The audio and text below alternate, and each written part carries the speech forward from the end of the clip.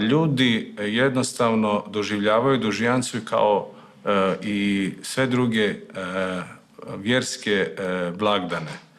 Ako ne bi bilo Božića, ako ne bi bilo Uskrsa i ako ne bi bilo Dužijance, mi ovdje bunjevački Hrvati bi to smatrali da se nešto nije dobro desilo.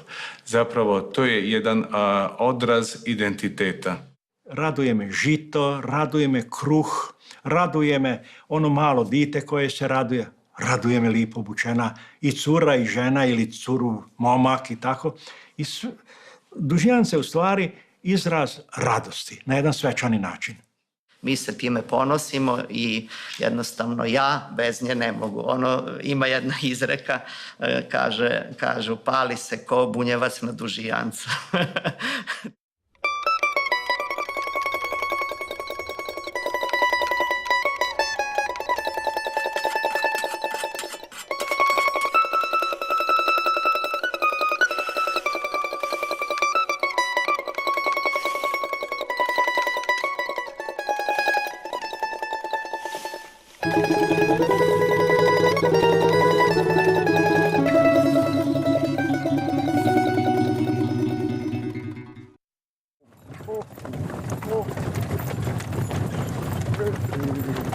Za bačke Hrvate Bunjevce, Dužijanca, žetvena svečanost, ima veliku važnost.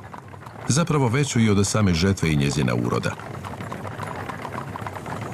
I druga bunjevačka mjesta u Bačkoj imaju svoje lokalne Dužijance, no ipak najsvečanija je ona koja se uoči blagdana Gospojine, Velike Gospe, sredinom kolovoza, održava u Subotici. Glavni su likovi toga događaja i, možemo slobodno reći, najvažnije osobe tih dana u gradu i manjim mjestima, bandaš i bandašica. Prilika za to pruži im se samo jednom u životu, i to ne baš svakome. Kandidata je uvijek više. Moji strici uvijek su svećenici. Nekako, naravno da vjerujem u Boga i baš onako stvarno se molim Bogu. Iskreno ja sam se i molila Bogu da budem bandašica, pa mi je stvarno Bog uslišao to i evo bandašica sam.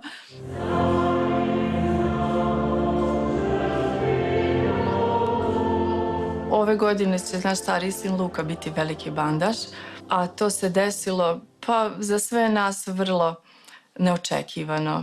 Stvarno neočekivano, budući da zapravo se to tako nekako ponovilo. Kad sam ja bila mlada i moji prijatelji mladi s kojima sam se družila su možda više bili za tu ulogu da dobiju tu čast biti velika bandašica, a eto desilo se da budem ja. I tad je to bilo neočekivano i eto to je prošlo i prošlo je 25 godina i sad je tako na sličan neki način, možda i naš sin tako prošao da je to vrlo iznenada tako došlo u naš život. Jedno vrijeme su bandaša birali momci koji čuvaju Božji grob u katedrali. Oni su između sebe predlagali, između sebe su birali. Ali ja sam nekako vidio da takav način biranja ne ide u dobrom smjeru. Jer se ti momci ne poznaju svi osobno i onda su znali onako na koga ga nagovore, onda za toga glasa, toga predlaže. I onda sam ja odlučio da i bandašicu i bandaša izabirem ja sam kao katedralni župnik. Znam se posavjetovati s kolegama, sa svećenicima iz gradskih i seoskih župa i to tako ide. Znači, to sam ja za sebi uzurpirao, da tako kažem.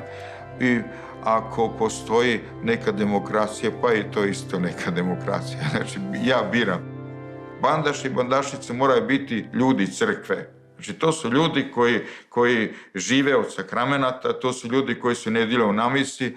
Po mogućnosti trebaju biti ljudi koji su aktivni u kulturnom životu grada. Bilo da su u nekoj folklornoj skupini, recimo konkretno ove godine mi je oko zapelo za jednog mladića koji ministrira u katedrali više od 10 godina. On je radnik, još uvijek ministrira svake nedjelje. Bandašica je u folkloru u Hrvatskom kulturnom centru i studira poljoprivredu. Šta ćemo bolje? Najbolje što može biti.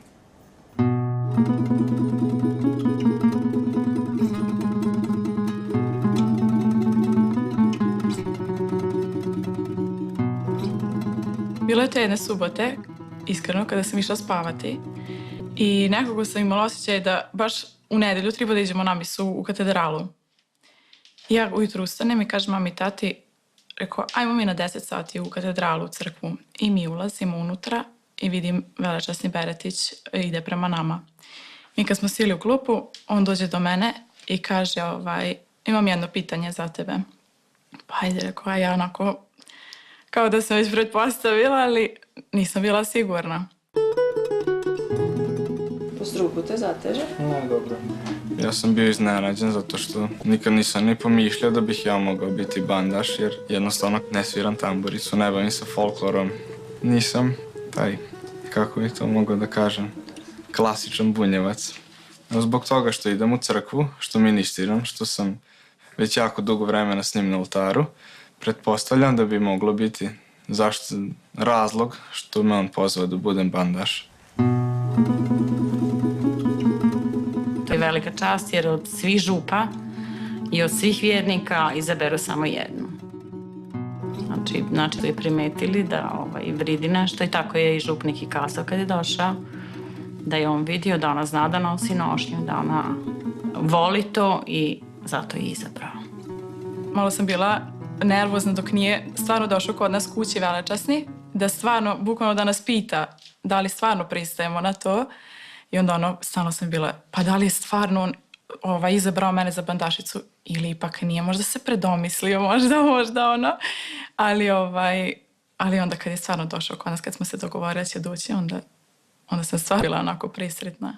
Kada je gospodin župnik rekao Luki da će biti bandaš i kad je pristao, onda je on kao uvjet stavio samo jednu stvar, a to je da malo nauči igrati. Luka je krenuo na folklor, on ne zna uopšte igrati. Nekoliko puta je došao baš zadovoljan, sinoć je došao vrlo utučen. Rekao je da je to jako teško. 1, 2, drugi, 2, 3, 4. Pa svake nedelje ima tu po selima. Imamo po selima, po Maloj Bosni, Starom Žedniku. Ima njihova dožijanca i uveče se igra kola. Bude puno ljudi, puno publike, pa bi bilo dobro da i ja odem tamo da igram kola, da se pokažem. A najviše se spremam za našu dožijancu, koja će biti 13. u centru grada i na Bijini ću morati da igram. To mi je sad glavni cilj, da se spremim za to. Pa nikad nisam imao ranije dodir sa folklorom i nisam uopšte imao predstavu kako bi to moglo izgledati. I sad, evo, pre mjesec dana kako sam krenuo, vidim da to uopšte nije lak posao. Jako se mučim i pre neki dan mi je bila baš teška proba i mislio sam da neću to uspjeti da naučim, ali ipak sam uspio malo nešto. Pa mislim da se može biti bunjevac bez toga. Eto, ja sam bunjevac.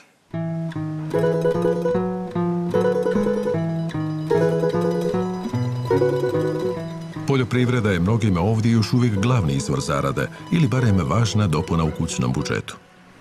Istodobno, baš nitko ni danas uz sva znanstvena i tehnička dostignuća ne može sa sigurnošću reći kakva će biti godina, odnosno hoće li urad uspjeti. Stoga i zaziv prema nebesima još uvijek dobro dođe. Učini da nam polja po tvom blagoslovu daju potrebnu hranu. Na dan Svetoga Marka, 25. travnja, još uvijek postoji običaj blagoslivljanja polja i usjeva koji održavaju i bački Hrvati i Bunjevci. No njima je taj blagoslov ujedno i prvi službeni događaj u kalendaru današnje dužijance kao priredbe, kojime ona službeno i počinje. Mi smo mogli zemlju uzorati, mi smo mogli to posijati, posaditi i dalje ništa. I onda smo samo čekali Božju volju, šta će biti. Hoće biti kiše, neće biti sunca i tako dalje. I onda je, što je bio običaj, ajde idemo malo uveče prošetati, pa vidimo kako stoji žito. Zato što smo jedini kontakt mi sa žitom imali onda ako smo išli uz njega i gledali kako raste. Radovali se, vidiš što je lipo žito. Pa jeste lipo žito onda kad ti vidiš da je ono jedro, da je ono lipo zelenilo, da uspravno se stoji. Znači mi onda očekujemo da ćemo imati više žita. Zašto? Imat ćemo kruva. Evo kruva. U duši našega čovjeka, bih rekao, postoji najjači kult kruha. I to sam slučio do 2 nogu da se kod nas kruh jako cijenio. Pamtim vrijeme, one takozvane obveze nakon rata, Svjetskog rata, kad su nam pomeli tavane, i osjećam se scene vrlo tužne. Doručak je bio i došao je taj koji je utjerivao obvezu, nas 4 sjedilo za stolom, uzeo kruh sa stola.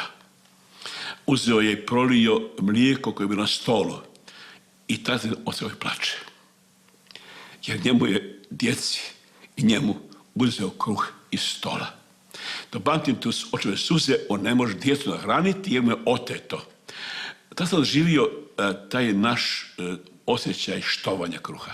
Sam ja počeo pričati svojim sestrama starijim da ima mašina koja i kosi i vrše, kaže ti si luckast, to nemoguće. Kako nemoguće? Pa jeste, to je kombajn. Naime, u školi smo čitali jednu pjesmicu gdje piše da ću voziti kombajn. Nismo znali šta je, onda učiteljica objasnila i kad sam ja to preneo, to je nemoguće. Prošlo je par godina, a to je bilo, ja sam bio onda 12 godina, to je bilo 54., 5., 6., da je došao kombajn u susjedno selo. Mi smo išli to gledati kao neko čudovište. Međutim, kombajne su tih 50. godina mogla imati samo velika poljoprivredna poduzeća. Obiteljske žetve još su se u dobroj mjeri obavljale na starinski način, ručno. I tu se dolazimo do uloge bandaša i bandašice. Danas je ona u dužijanci kao priredbi samo simbolična, no prije je bilo sasvim drugčije. Skupina koja je obavljala žetvu mogla se unajmiti. Predvodnik te skupine, kosaca, risara, zvao se bandaš jer vodi bandu, grupu. I on je s gazdom njive dogovarao cijenu posla. Obično su risari za sebe uzimali 1/10 uroda i to im je bila plaća.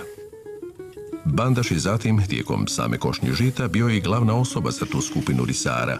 Bio je njihov predradnik.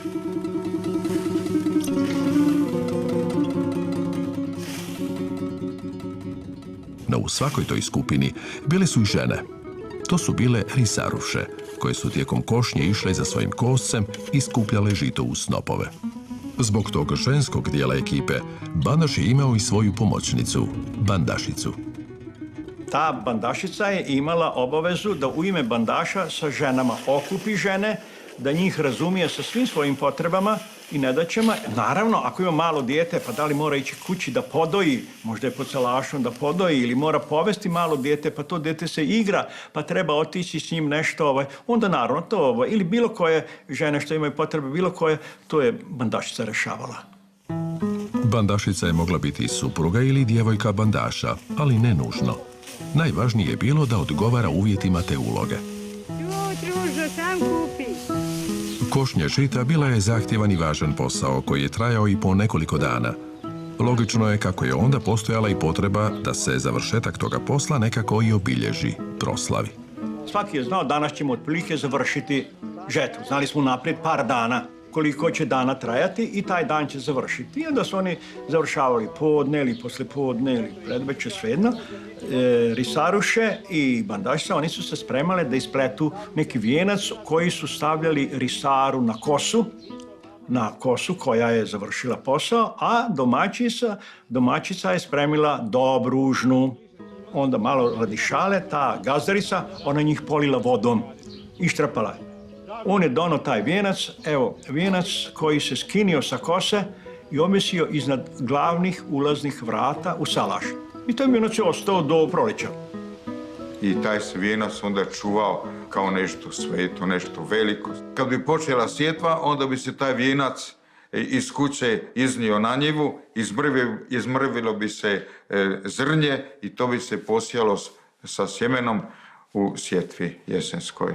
Danas će gotovo svaku proslavu završetka nekog većeg posla, koji uključuje više ljudi, poput berbe ili gradnje kuće, Bunjevci nazvati dužijancom. Međutim, primarno etimološko značenje te riječi vezano je isključivo za žetvene običaje. Ajde, da nazdravimo, dobro zdravlje i... Dobro zdravlje, gazda! Ajde, živjeli. Nazdravlje.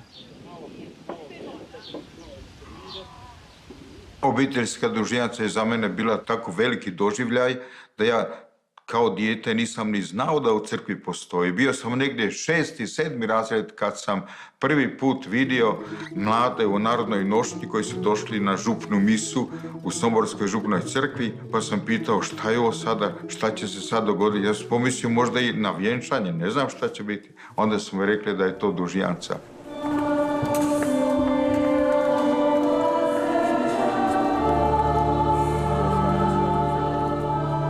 Dakle, tako, osim samih žetvenih običaja, obiteljskih dužijanci, postoji i dužijanca u crkvi. Kako se i kada dogodilo da obiteljski tradicijski običaj postane crkvena svečanost i dio liturgije? To je bilo u početku oko 1910. i malo ranije, kad je uočeno da su se počeli širiti, recimo, žetvene svečanosti i onda su uočili da su na pojedinim mestima to maltene doveli do nekog pijačenja, da se s tim završava.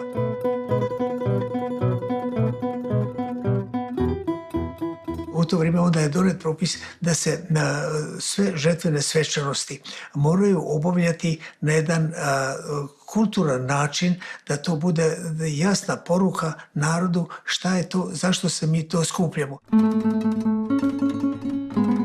Osoba koja se dosjetila podignuti obiteljsku dužijancu na duhovnu, odnosno religijsku razinu, bio je monsignor Blaško Rajić, koji je 1911. postao župnik u župi Svetoga Roka, u subotičkoj gradskoj četvrti Ker. Mnogima je nepoznato da je prije reforme Vatikanskog sabora svaka takozvana mlada nedjelja, od proljeća do jeseni, uvijek bila zahvalna nedjelja sa procesijom, redovito druga nedjelja u mjesecu, i to je i u vrijeme Blaška Rajića bio crkveni propis, običaj. I onda je nekako u to vrijeme i kraj žetve. I tada je on primetio da je te nedjelje, kada je žetva gotova, više svijeta u crkvi. I tada je vjerojatno motivacija njegova, nije zapisana, motivacija njegova unutarnja bila da učine tu svakako zahvalnu procesiju u mladoj nedjelji kolovoza, zahvalnom molitvom za žetvu koja je završena.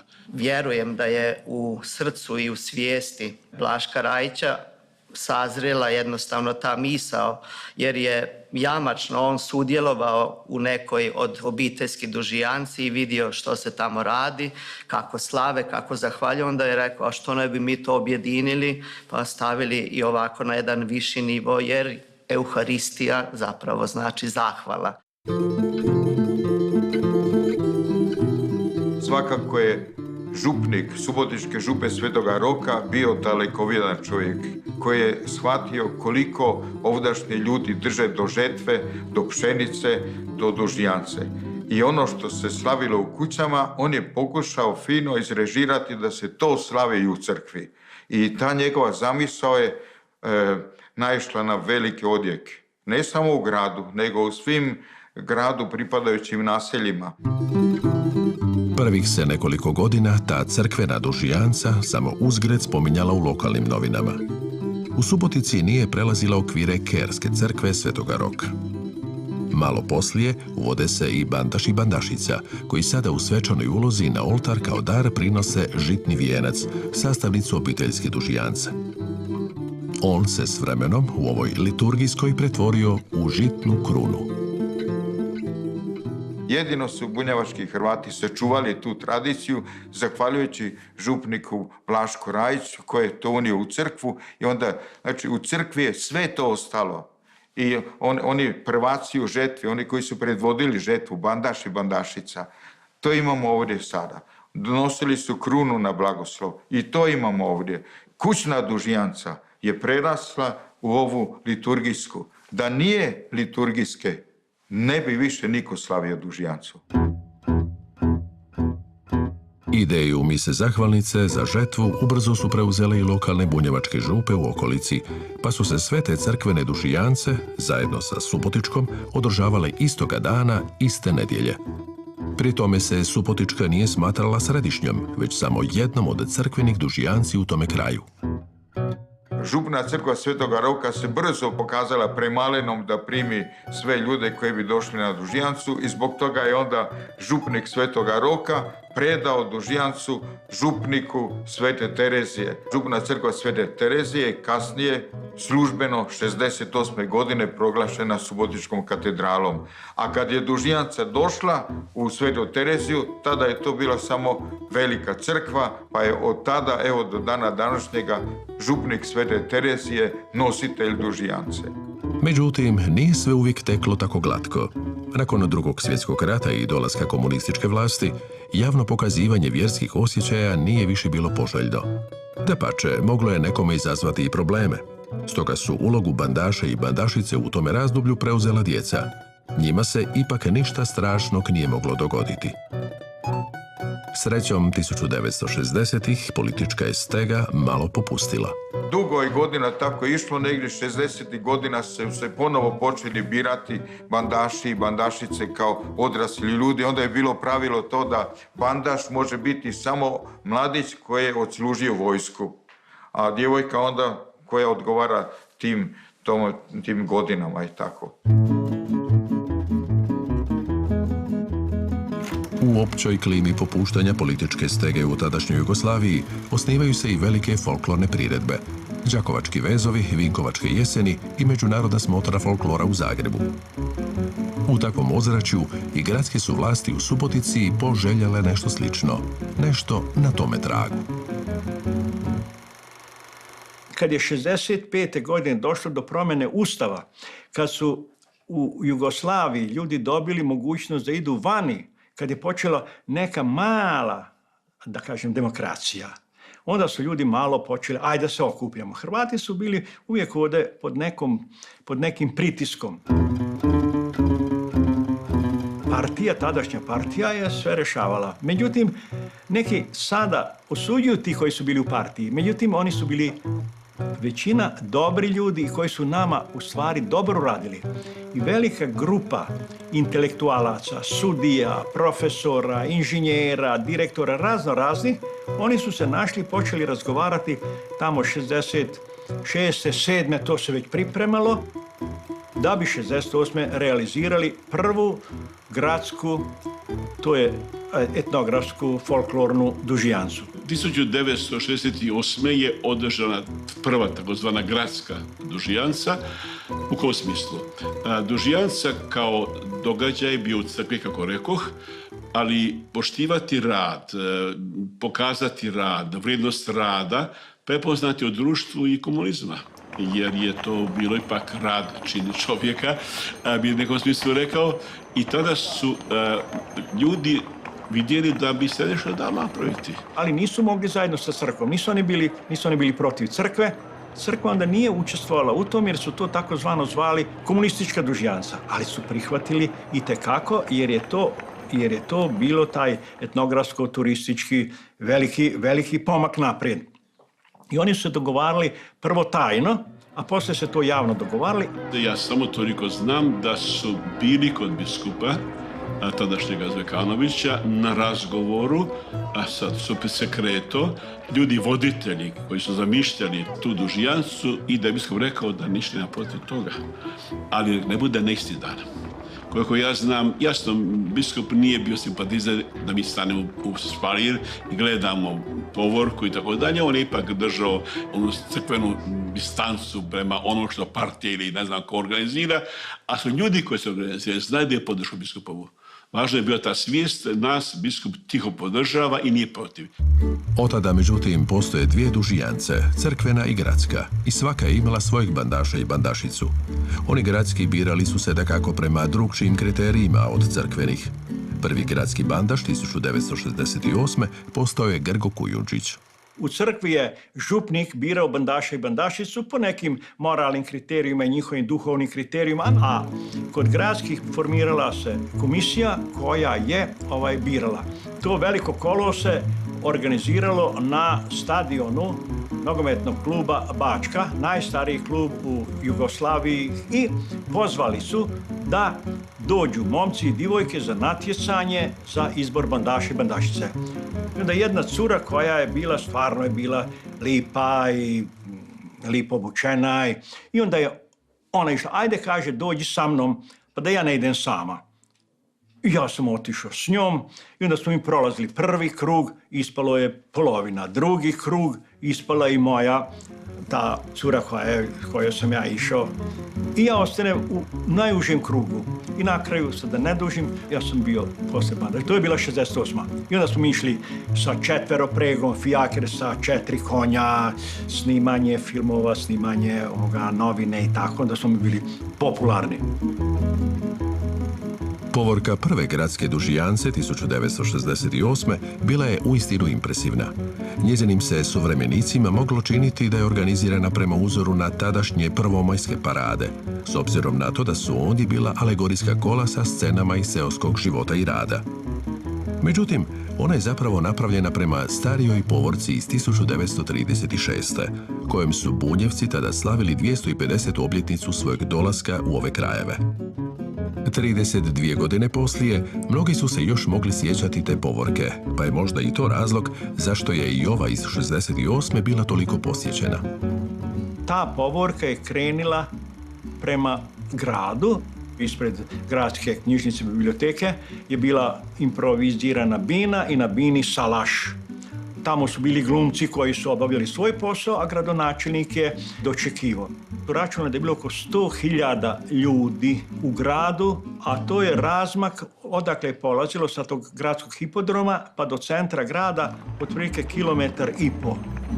Na čelu te kolone 1968. nekoliko je jahača jahalo lijepe punokrvne konje, noseći zastavu dužijance.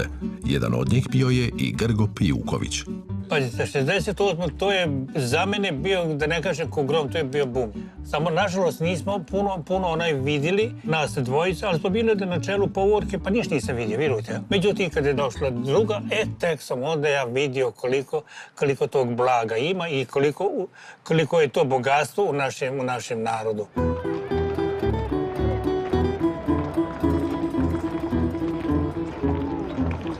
Prvo da raščistimo, onda nije bilo podijeljeno Bunjevci i Hrvati. Bunjevci su bili naravno Hrvati, to nije sporno. Politika je, posle o tome neću sada raspravljati, ali nije bilo sporno, to su svi bili Bunjevci i Hrvati. Ali su prihvatili učešće u tome i Mađari, pa i Srbi.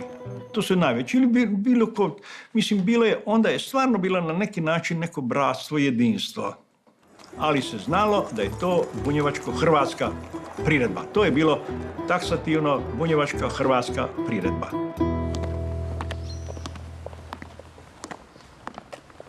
Ali vratimo se mi u sadašnjost. Došao je napokon i trenutak da se subotički bandaš i bandašica predstave javnosti. Još 1999. uveden je običaj da to bude na Tijelovo, na svečanoj misiji u katedrali. Predstavlja vam bandašicu i bandaša. Bandašica dužijance 2017. će biti Ana Ivanković-Radak, studentica Poljoprivrednog fakulteta. A bandaš će biti radnik Luka Gabrić, dugogodišnji ministrant ove naše stolne bazilike. Draga Ane i Luka, zahvaljujem vam što ste prihvatili tu časnu službu. Onda svi posle emisije, kada je stvarno to već bilo sve javno, onda svi čestitaju i baš je bio poseban osjećaj onako.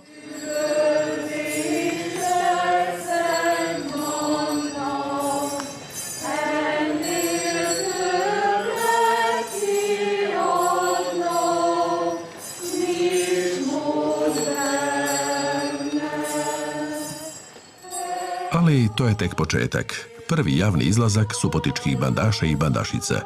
Biće ih još mnogo. O tome i još mnogo čemu u sljedećem nastavku.